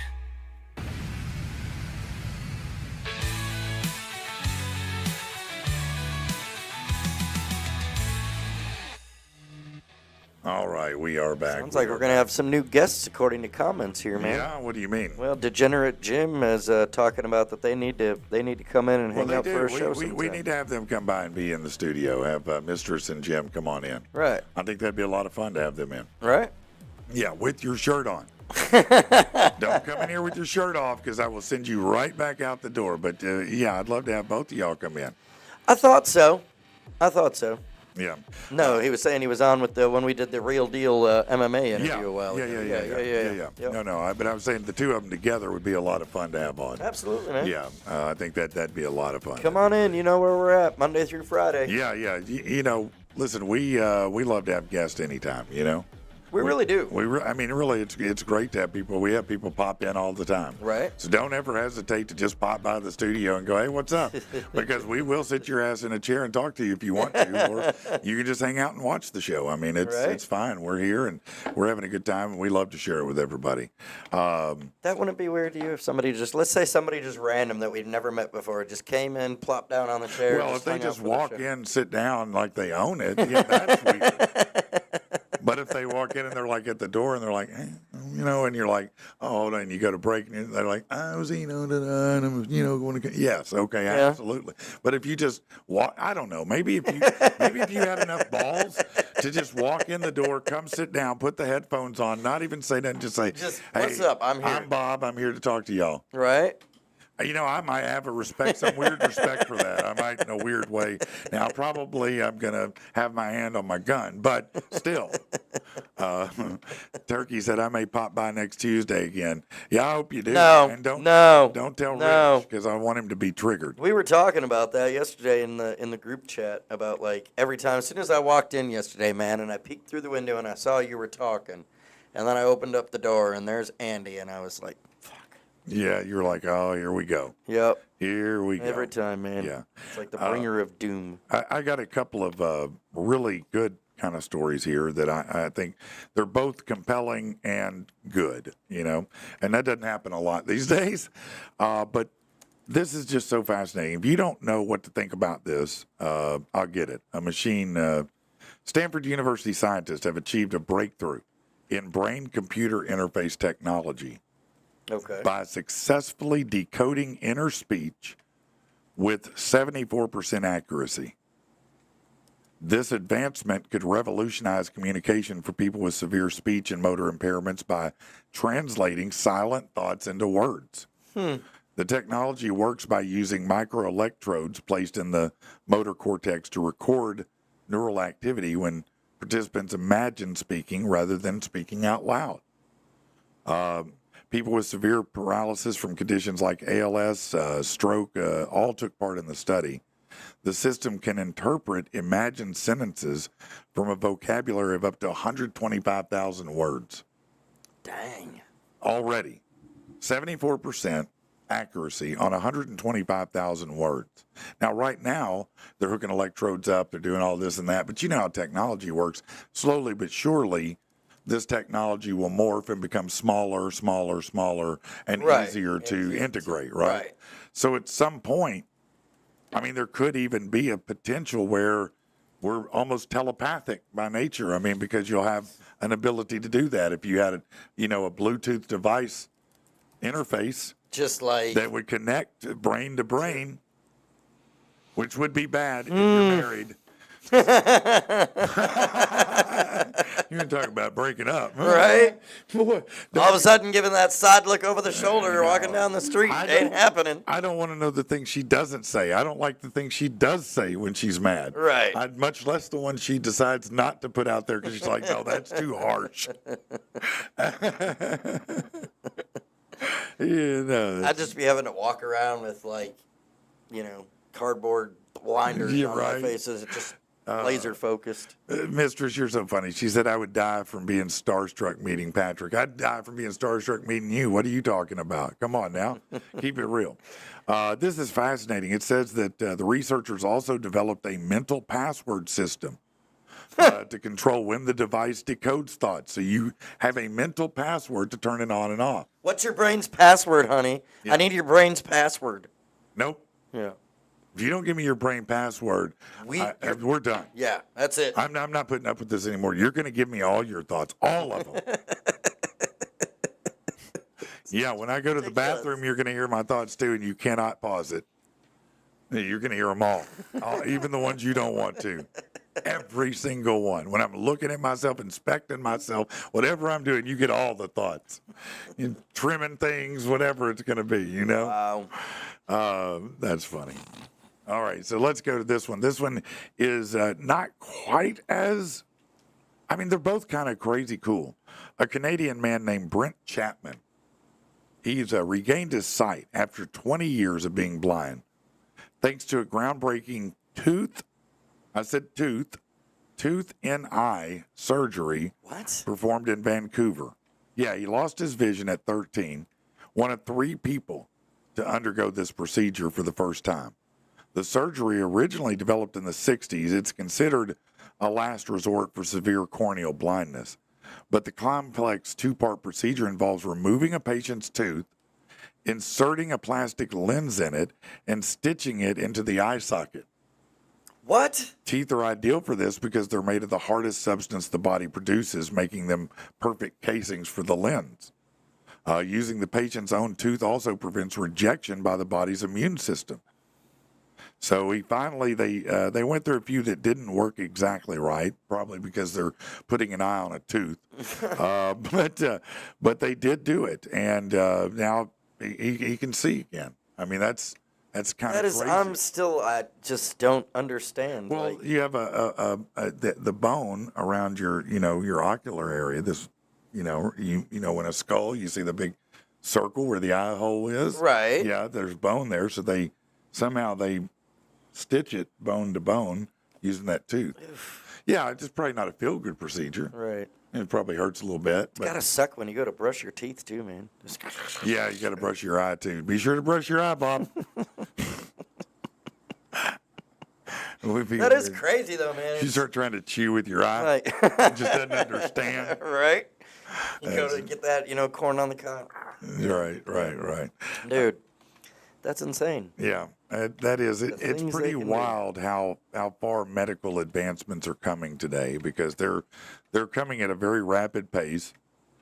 And I would venture to say 50 years from now, things will be very, very, very different as far as health and the way we treat and look at our bodies and the way we deal with medicine and whatnot. I just can't I wait think till- we're near the end of the pharmaceutical era, believe it or Right. not, at least as we know it. Yeah. I think people are going to shift more and more away from that, more into other things that work better and are healthier, and they're going to start treating these things on the front end. Get rid of cancer, get rid of these things, and then your mother-in-law will live way too long. That's wrong. I should not say that. But do you think they're gonna go back to was it homeotherapy? Where more, homeopathic? Yeah, homeopathic, yeah. Yeah, Or do you think they're gonna go lean more into the new technology where you can, I think stick both. I think both. I actually, believe it or not, I think both of those. Just like I was talking about peptides, I think people are beginning to educate themselves. Right. More about what goes in our bodies, not just what you eat, but what kind of things that medically, because I'm not going to name names, but my wife has a friend, and that friend comes over and hangs out from time to time, and they may stay overnight. Right. And when that friend comes, they bring their medication. And when I tell you that they have the big Ziploc bag and at least 30 bottles in there, I'm like, at the point you have that many prescriptions, surely you're questioning, do I really need all these? What's really going on here? Right. Am I just taking another medicine to fix the problem the other one caused? Right. And at that Absolutely. point, I'm like, yeah, unless it's dire, I don't want to take it. Right. And I think more and more people are coming to that point. Now, curing things up front is a whole different thing. If you can get rid of the cancers, if you can get rid of certain things, and we can genetically do that, then that's great. And also just like this, where you have people who, we already see the exoskeletons where that thought translates to movement, and they've got these, much like the brain interface with Neuralink, where that's what they're doing. You got movement where you had none before because Right. it wouldn't connect, it wouldn't work. Right. Now you're reading the brain thoughts, And so we're going more into tech, but also less into tech. I got what you're saying. Kind of Yeah. growing at the opposite sides, but Yes. both ways. Yeah. And I both don't know, I man. think are positive ways, because medicines, while they have made life, you can extend your life sometimes with medicines. Sometimes they cause as much or more problem. Have you ever seen that? You've watched the show Black Mirror on Netflix, right? I've seen some of it, yeah. Okay. Have you seen the one episode where his wife, she dies or whatever, and then they end up like copying part of her brain and putting a plant in there, but he has to like they have to subscribe to this package, and then like the packages keep growing and she keeps spitting out just random commercials unless they pay more, and it like goes I on. haven't, but that's a great concept. Okay, so go watch that episode, Yeah. but that is totally what I see happening Yeah. with this. Like, see you're just going to be ads. walking down the, yeah. And you're just going to break into it. Yeah, you're just going to be walking down the street, or we'll be sitting here talking, and then, you know, you're going to be like, Folgers for the coffee. Yeah, no. know? Every time you buy a product and you're using it at home, you're going to be like, I only choose the Keurig coffee machine because it's this simple. Right. You know, and your husband's like, why are you running a commercial to me? I'm going to drink the Keurig coffee you're making right now. Dude, But that is funny, though. yeah, you need to find that episode. I will watch that. That's very There's even fast. at one point, like, you know, because they're husband and wife, and so they're, you know, yeah, and like right in the middle, she's like, use JOI lube for blah, blah, blah, blah, blah. And he's like, what the fuck are you talking about? Yeah. That's great. No, that's funny. Could you imagine just walking down the street? T-Mac said that episode was wild. You've seen it? Yes. Yes. Yeah. That's one of my favorite shows, man. Yeah. Just because, like, It's the like stuff they come up It's with. like a new Twilight Zone. Yeah, but like, yeah, the But stuff just they modern and updated. right. Yeah, that's a good way to put it. Because the stuff that they like make into episodes is it's enough out there that you're like, no, there's no way, but Right. also just enough of like, Plausibility. I could see it. It could happen. It could It's happen. possible in some way. What yeah. if you were just walking down the street, man, just humming along, you know, Sydney Sweeney walks by, you're like, ooh, Sydney, and then all of a sudden, like, we've been trying to reach you about your car's extended Oh, warranty. right. No, that's great. That would be great. Well, it's like in that movie Minority Report, like I said, where they scan your optical, and so every time you walk by something, it customizes the ad and yells out your name. Hey, Rich. Hey, Rich. Hey, Right? listen, don't forget, right here at the Hair Club for Men, we've got... Nice one. No, I apologize. That was... So, Andy sent me this story, man. I don't know. I've been trying to read it. I don't know, man. I don't know if it's something you want to talk about or not. It's a good story. It's funny. Yes, I would like to talk about this. Yes, absolutely. The police. Yes, this sounds like a fascinating story and one that we all need to know about. So he sent me. Because you know about, you've heard about Ozempic face, you've heard about Ozempic this and that, but this is new, right? Yeah. Okay, tell us about it because a lot of people are using that to lose weight. So it says weight loss users are having to make daily change because of Ozempic vulva. Now, what does it have to do with a safe vehicle? No, not Volvo. I got you. Vulva.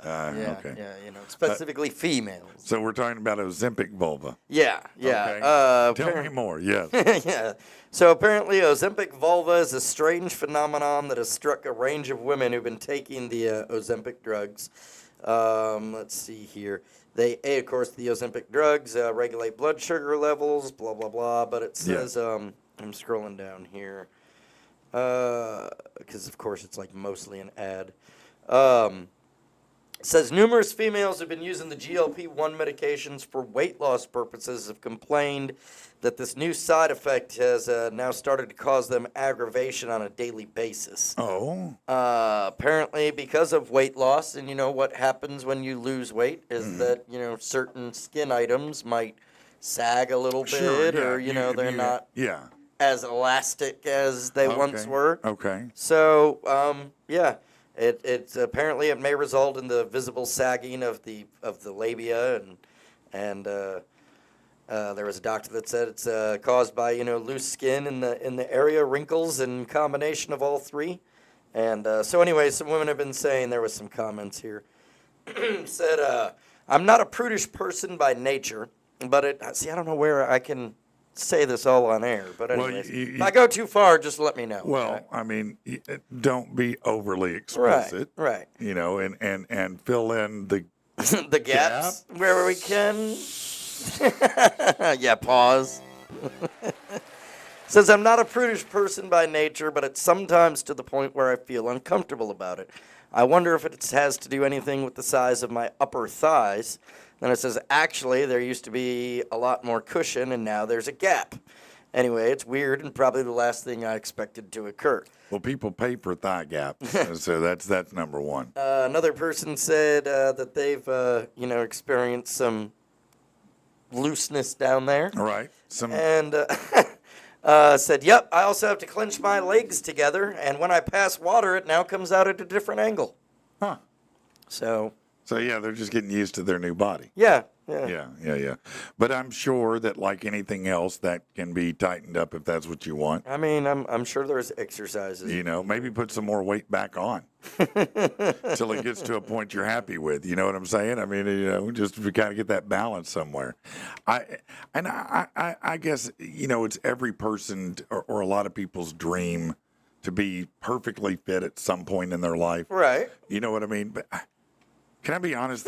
While I appreciate a perfectly fit woman, and I do, right. I do, but it's not as attractive to me. And I know that sounds stupid to say as a woman that's a little bit, not fat, but a little bit thicker. I like a real person. I mean, I get that. like someone who has a real, that's just what I like. Some meat on their bones. A little bit, yeah. I don't. If I feel like it's a chain link fence when we're having sex, that's a problem for me. You know what I mean? I don't want it to feel that way. Right. But moreover, it's just that the appearance of that. It's like, I don't know. I guess maybe I'm weird. Maybe I'm not normal in that regard. But I think more guys. First of all, most guys, to be honest with you, don't give a damn. Right. Honestly, 5 pounds, 10 pounds, 20 pounds, we don't Whatever. give a shit. Most of us don't. Right. It doesn't matter. You can put on 20, take off 20. That's great. I'm going to love you either way. Right. Now, if you put on 200, I'm still going to love you, but I'm going to say, hey, listen, stop grazing. Okay, stop grazing for a minute and let's work on this. But again, who am I to say anything? I'm a thick stick myself, so. Right. All right, keep going. Mistress Was said was that it? that was pretty Okay, much it. no, Yeah, that's enough, yeah. It's just talking about that as a side effect that apparently they're adjusting a new life and Yeah. that they've now The old saggy sweet spot. All right, they've said, hey, you might want to talk to your doctor. This is a side effect. Hey, this could happen. Yeah, but it's the same with breasts. Yeah. If you were really big and you lose a lot of weight, and your skin sags a little bit, right, then your boobs are going to do the same thing. Right. Right? Yeah, of course they are, unless they're not real, in which case it's going to look even. Look, and the same thing happens for guys, too. Sure. Big, heavy-set guys where you've got the moobs, like, you that can't. doesn't just swell up into pecs. No, it does not. You lose weight and all of a sudden you got some pancakes, boobs, that you got to work out, right? Do something with, All right, let's do this, shall we? I think so. Yeah. Yeah.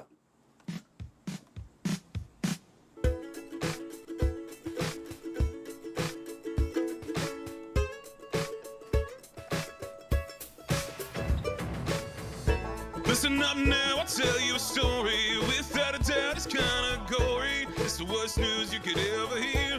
Things just like this make you fear. Buying lunch on a dumb guy's knee. All right, I don't want to interrupt this, but Brandon, that's already here. He said Cooter Botox will be the next thing. That's already here. Now that train left the station several Desperate Housewives or Real Housewives ago. Tasha Mack said, I've gained some weight and I hate it, but I'm working on doing something about it, but I don't want a thigh gap. Yeah, I don't understand that phenomenon. Yeah, I don't understand why that is a phenomenon. I feel like maybe you're hungry if you have a thigh gap. I see you and I'm like, oh, you need a Sammy. Burger, Yeah, we need to get you a milkshake. Hey, look, if that's your bag, I get it, but I'm just like, why? No, give me something to have friction together. That's the kind of thighs I like. Scotty Thorpe, and I don't know this. Scotty Thorpe said, do you take the fat shot for the rest of your life, or do you eventually have to rely on willpower again? Some people say take it for permanently. Yeah. I've seen a lot of that. It is a medication that can be effective in a lot of ways to help. So and I'm not a doctor, but I would think at some point you would prefer not to have to take it if you don't have to. But that is one of the great challenges is that, according to everybody I've talked to about it, when you take the shot, it just turns off the hungry switch. It's you're just done. like you almost got to make yourself eat at times, And so when you turn that switch back on, it don't know any different. All of a sudden, it's like, oh, yeah, it's eating time. and so you got to fight that. And so it is a disciplinary change you'd have to make if you don't want to continue to use it forever. Which is funny because that's exactly the way I sound every time I go to Golden Corral. What's that? Like, oh, it's eating time. Yeah, that's exactly right. All right, let's get on to what we were doing. This shit ain't funny, but kind of. A Tanzanian man. He came to the hospital complaining of pain and pus discharging from his right nipple. Okay. This is a new one for me. The old pus coming out of the nipple. Right. I've not heard of this particular syrup before. It's the new side effect to the Ozempic. No, actually, he learned he'd been living with a large knife blade lodged in his chest for 8 years. What? Yeah. Doctors at the Mumbai National Hospital in Tanzania published a study. They wrote about a 44-year-old, generally healthy man who came to the hospital with a 10-day-long history of white pus discharge from his right nipple. He denied any chest pain, no difficulty breathing, no fever, but asked if he had anything notable. He recalled a violent altercation 8 years prior, during which he had sustained several cuts to his face, back, chest, and abdomen. Doctors had managed to suture the wounds back then, and he had lived a mostly uneventful life since, up until his nipple started pussing out. Unable to determine the cause of the infection, doctors ordered an x-ray, and they were shocked to see a knife blade, look, in his... Oh, damn. Yeah, nothing small. That's not a small blade Holy. there, son. Is it? No. Hell no, it's not. That is a very... Oh, that's a lawsuit. Well, maybe, yeah. Should be. I don't know how they do I it. mean, dude, you gotta, does Stevie Wonder perform in the surgery? You gotta be blind to leave something that size in. Yeah, I don't know how they do things in Tanzania or if the doctors show up, if they're witch doctors or regular doctors, but somebody missed about an 8-inch blade there. They're just riding along. And stupid. I mean, it's shocking that he's gone this long. I can't believe it, yeah. 10 years with no other side effect until he got a pussy nipple. Craziness. That is wild, isn't it, man? Dude. All right. It doesn't go on to say anything? I mean... What do you want it to say? They took it out and he's fine. I mean, okay. No, I mean, it's Tanzania. We don't know if I don't even know what their laws are there. I don't know. Maybe they can't sue anybody. I don't know. I would just imagine, like... I'd want to sue after somebody. 8 years, you gotta think that infection had to be insane behind that. Like... Yeah, and he did lose weight, though. Immediately. All right, let's see what else we've got here. No. Okay, yeah, here we go. A beloved television hair and makeup artist gunned down by her own son at her Washington, D.C. home. Travis Renee Baldwin. Hold on.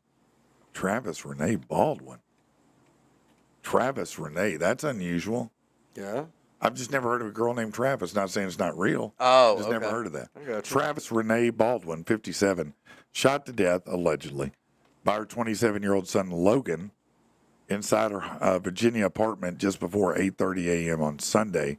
She was rushed to a hospital where she died. He remained at the scene after the murder and is being held without bond. She was a longtime television professional who recently worked out at outlet Newsmax, where she worked with anchors and different things like that, Greta Van Susteren. But, yeah, it's crazy. So why did he do it? Yeah. Everybody's mourning. She had a great heart. We know all this. Fondly remembered, yeah. They are not disclosing a motive right now for why he smoked his mom, who was an attractive mom, by the way. Yeah. Lovely lady for a Travis. I'll be honest with you. Right. That's quite an attractive Travis. Yeah, absolutely. Most attractive Travis I've ever seen. I'll be honest with you. That must have been a really bad haircut she gave him. Yeah, I don't know what the hell happened that caused that. All right, and here we go. Oh yeah, this is I'm going to share that later, but this is All right. I guess this kind of is a different way to position a this shit ain't funny. But if somebody you love disappears and you're spending years looking for them, I mean, that's heart-wrenching. Yeah. You know, you can imagine if your son disappeared. Yeah. Oh, dude. You know, if your child or even as a grown-up, your grown child disappeared. Right. I mean, you're going to lose your mind looking for them, right? Right. I mean, I would scour the fucking earth to find my kids or my wife, right? Right.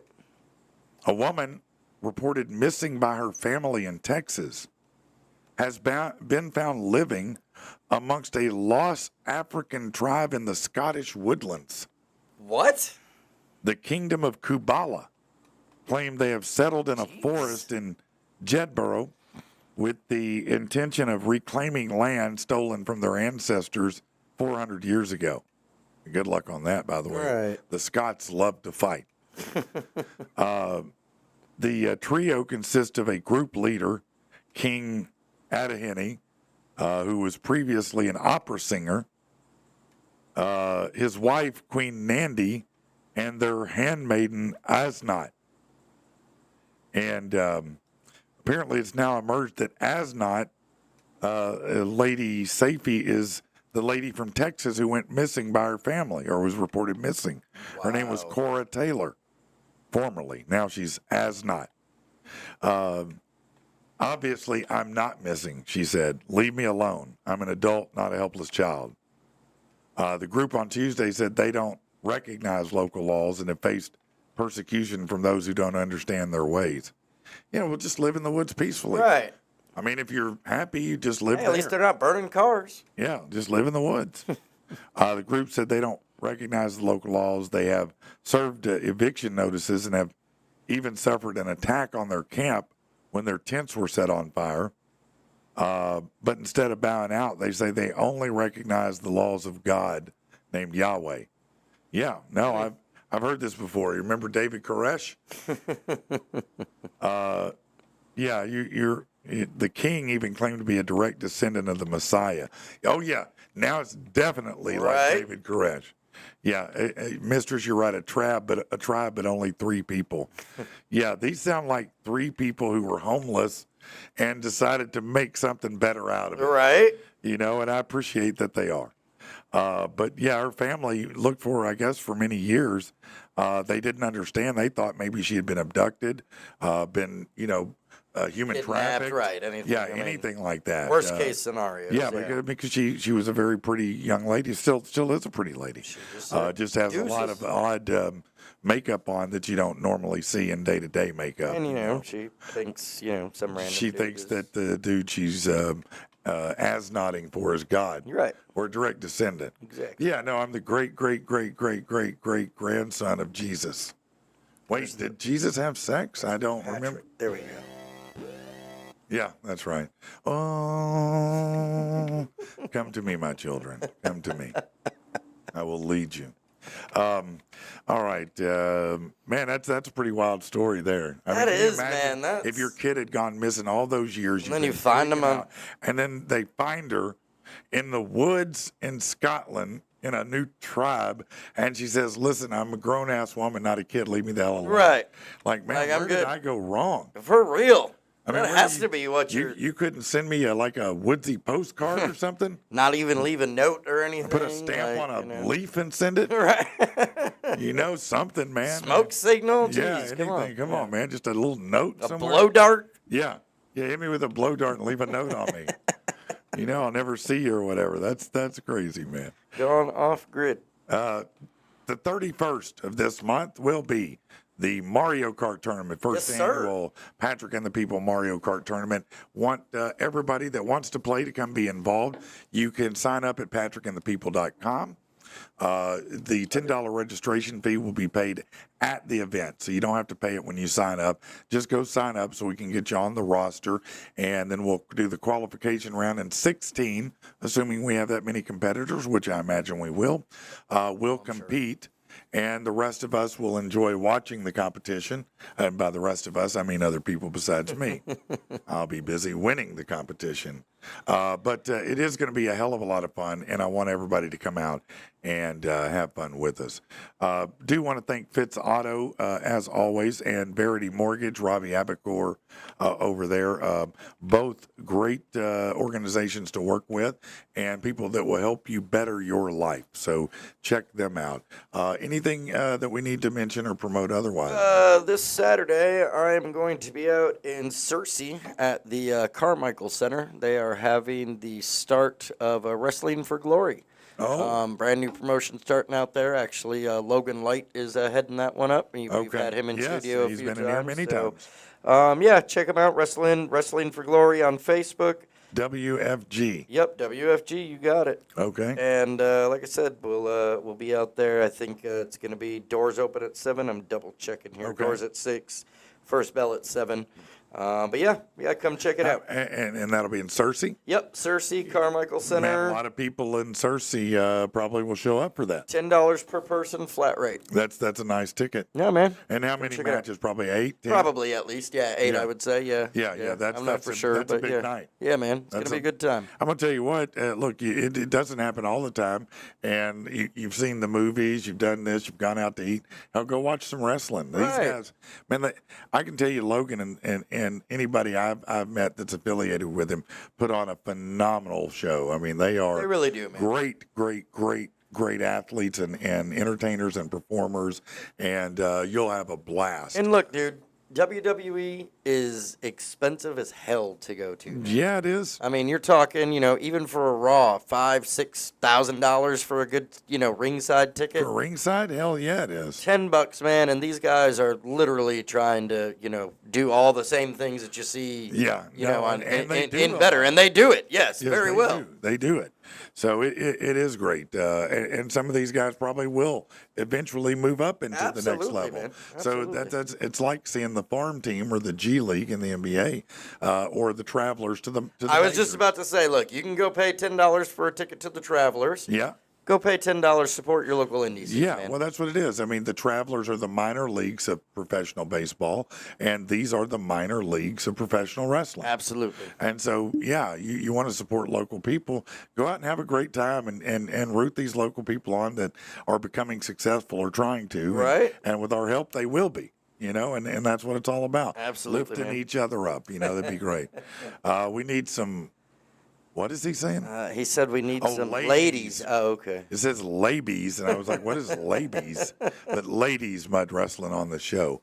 Yeah, I tell you what, you Book that, man, and you we'll get make that it booked happen. up, we'll make it happen. You get the wrestlers, and however we're going to do the mud thing, and book it up, and we will definitely do that, my Hey, brother. I did want to, and I know we've done this so much, I did want to release it to, listeners or whatever, because we've been talking about it. I am working on trying to get us some new, products and things to test out.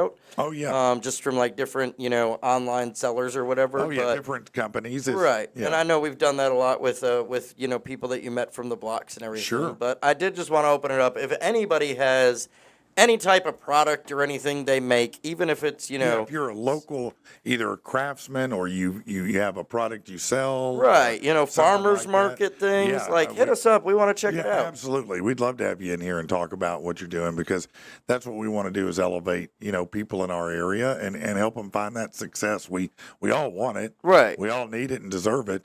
We just got to be elevated at the right place and time, right? There you go, man. And that's what we're going to do. Otherwise, I guess that's it for the day, right? I think that's it for today, man. All right. We'll see you next time. Later.